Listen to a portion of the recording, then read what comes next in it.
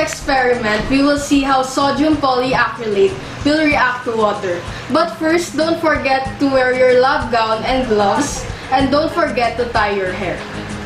So, for our first experiment, the materials needed are water, stick for stirring, a small container, and a diaper where we could extract sodium polyacrylate. So, let's begin. Extract the sodium polyacrylate from the diaper. Put the sodium polyacrylate into a smaller container. Step 3. Pour the water into the container. Step 4. Stir the mixture with a barbecue stick or anything that you can use to stir. Turn it upside down. It must not fall, but if it did, it must be in solid form. If you want to reverse the reaction, put some salt and stir it until you achieve its liquid form.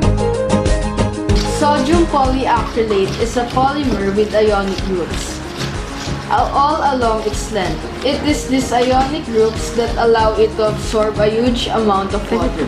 The water molecules cluster around the negative and positive charges and become attached to the polymer. Next, done.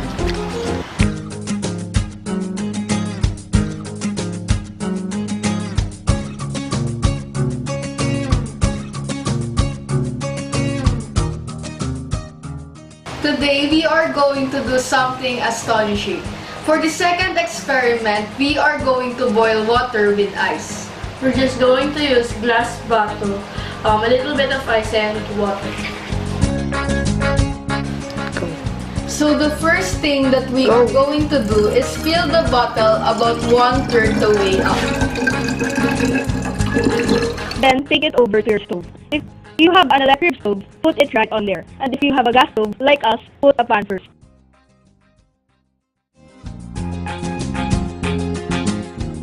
We're gonna wait until the water reaches a decent boil. We are going to remove it with an oven mist or any cloth. Then let it cool for 10 seconds. It's time to put back the cup of bottle and place it upside down.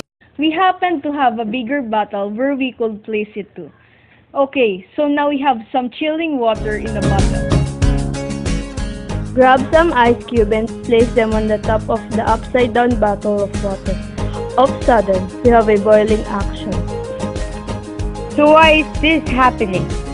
Once we've placed ice around the water, it causes the vapor in the air to condense from a gaseous state to a liquid form once again.